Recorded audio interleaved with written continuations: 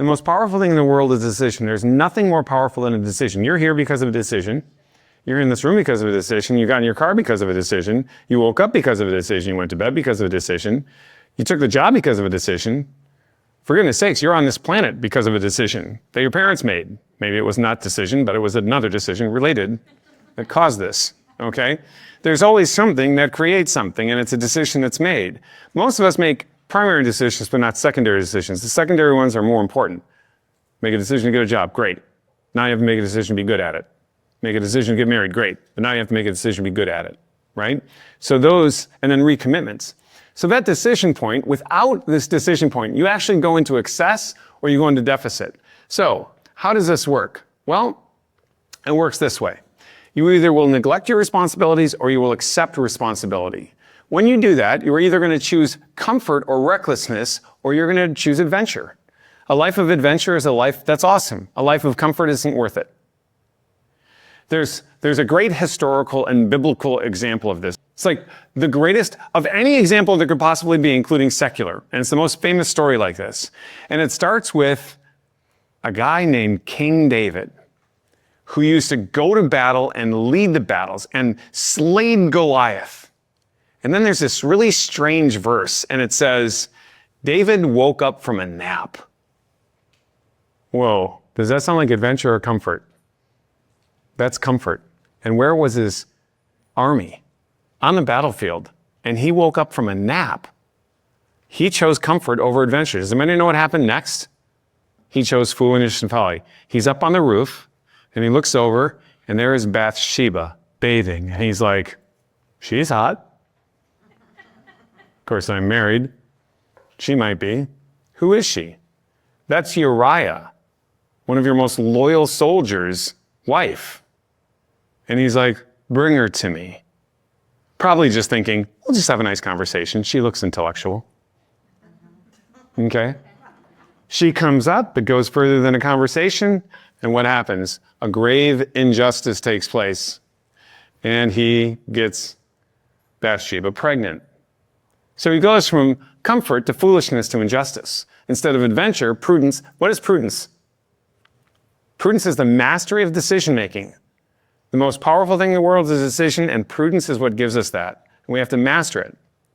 Then, did you know that you can't have prudence without deciding to live life as an adventure? Because prudence is centered on the truth. And in order to make good decisions, you sometimes have to do things that challenge you. And the challenge is an adventure because it means sometimes swallowing your pride or pain, okay? So you can't have prudence without adventure, and you can't have justice without prudence. Prudence is to desire what's good, know what's real, and then act on it, okay? Can you imagine having a judge you in a court of law who doesn't care at all about what's good, who doesn't know what's real, and will not act on what is good, true, and real? You can't have justice, right? So without that, you have injustice. So his wife Uriah gets pregnant. So do you know how David handled this? Does anybody remember this story? It's fascinating. The way he handles it is he decides to bring Uriah back from the battle. He says, Uriah, you should go spend the night with your wife. Uriah won't do it. He sleeps on the front steps of the palace and says, I can't have that benefit while my men are at war. Ooh, that's got to be pretty harsh for David, who should have been there in the first place. So you know how David handled it after that? He sent Uriah to the front lines to make sure that he died, to cover his transgression. So he had no fortitude. He couldn't stick through it. He had no grit. Okay, and he bent. And that's a problem. It's a great story that way, isn't it?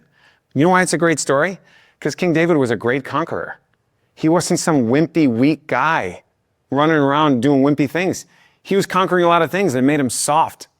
That's why it's so powerful, is to know that any one of us can actually have a fault and not get done what we need to do. Then from fortitude, you then have temperance. Temperance is to resist things, to have self-control. Haven't we seen that before? A person makes great decisions, they have fairness, they have fortitude, they're driving through it, and then all of a sudden, whatever that fruit is that I see, that looks just too good to resist. Now, sometimes the fruit is a golf course on a day you should be working. Sometimes it's somebody other than your spouse. It's a lot of things that get in the way. And we have seen that take down many people in the world, right? And so we need to have these things in order to do well. We need to have self-control at the end of all these things. By the way, you can't have self-control if you don't have fortitude. And you can't have fortitude without justice. You can't have prudence without that. And you can't have the adventure. That's why that decision point is so important. And these things push us toward optimization. Isn't that fantastic? Okay? So this is why when some of you have higher scores or lower scores than optimization in a natural test that you take, but you're not living that way, you've optimized your personality, it's because you've done these things. You may not know it. People generally don't. They don't know this is what they've done, but this is actually the psychology and science behind what they've done to accomplish great things. And the next thing after that is we have these universal desires that we have. They're called transcendental desires. Every single person has one. They're goodness, truth, beauty, and unity. Okay?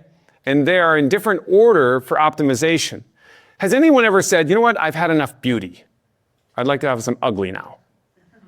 Please show me ugly. Nobody. Nobody. When we have beauty, we want more and more and more of it. Okay? And we seem to have an unquenchable appetite toward that. But wouldn't you also agree, though, that an interesting thing takes place?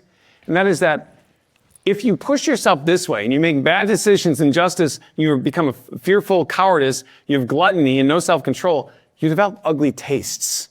Isn't that interesting? People develop literally taste for ugly food, taste for ugly music, a taste for ugly aesthetics. And you're around a person who has a taste for ugliness and you have developed it the other way, it becomes very noticeable. But if you've developed that taste for ugliness, and by the way, we all have in some way or another, then we don't really realize that we like ugly, but we begin to like it. Okay? And this is true. When people say beauty is to the eye of the beholder, it is to a mild degree, but mostly beauty is not. Wouldn't we all agree with this? Like, there's nobody who says, I hate sunsets, they are ugly. Mountains are gross looking. Nobody says that. These are universal things, okay? And most people would acknowledge there are certain things about that. And you know, most people, that's why models have always been models the way they are. The better looking people have this because people generally know, okay? And so, you know, these things can be warped and twisted, can't they? Okay, people can definitely do that and make them problematic, but we have a natural inclination to be drawn toward things that are beautiful because they are what? What's the word that draws us to something beautiful? It's attractive, right? And that attraction draws us into it. Now, beauty goes beyond just aesthetic looks, doesn't it? Can't you see somebody's beauty in their aura? Where there might be somebody who's like, you know, if you say, well, symmetry is beauty, and it is, somebody might be a little bit more symmetrical, but not as beautiful as somebody else because of what they present. And there's a reality to these things that's very substantial. Then unity. You know what? People love unity. They do not like division. Division is pretty ugly, isn't it? Welcome. Division is an ugly thing. It's like, it's sad. But when people are on a unified team, they love it. And it affects personality. If you desire to divide, you have a really bad problem with your personality. If you desire to unite, you have a great thing happening with your personality. And then the last one is the truth. By the way, there is something that I just wouldn't do. I would never work with a person who doesn't believe in objective truth. I mean, maybe there have been some that have snuck in. We've got 5,000 people who work for the company, but I can't think of a dumber thing ever. I can't think of a thing that would discredit a person's ability to form logic more than that.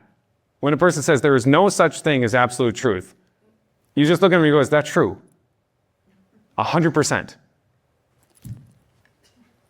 Let's just stop right there and say, I don't have small enough words and can't speak slow enough. Okay? But people do that. Now, why do they do that?